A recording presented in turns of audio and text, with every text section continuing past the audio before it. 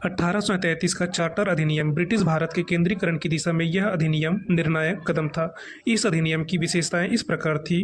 पहला, इसने बंगाल के गवर्नर जनरल को भारत का गवर्नर जनरल बना दिया, जिसमें सभी नागरिक और सैन्य शक्तियां निहित थी। इस प्रकार इस अधिनियम ने पहली बार एक ऐसी सरकार का निर्माण किया जिसका ब्रिटिश कब्जे वाले संपूर्ण भारतीय क्षेत्र पर पूर्ण नियंत्रण था।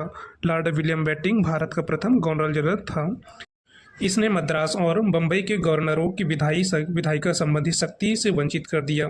भारत के गवर्नर जनरल को पूरे ब्रिटिश भारत में विधायिका के असीमित प्रदान कर दिए गए। इसके अंतर्गत पहले बनाए गए कानूनों को नियामक कानून कहा गया और नए बनाए गए कानूनों को एक्ट या अधिनियम कहा गया।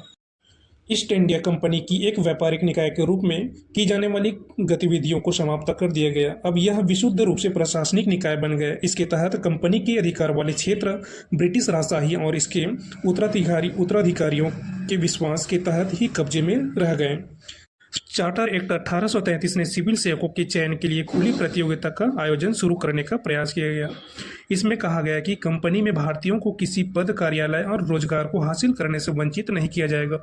हालांकि बोर्ड ऑफ डायरेक्टर के विरोध के कारण इस प्रावधान को समाप्त कर दिया गया। दोस्तों, इस प्रकार आज 1833 का चार्टर अधिनियम समाप्त होता है।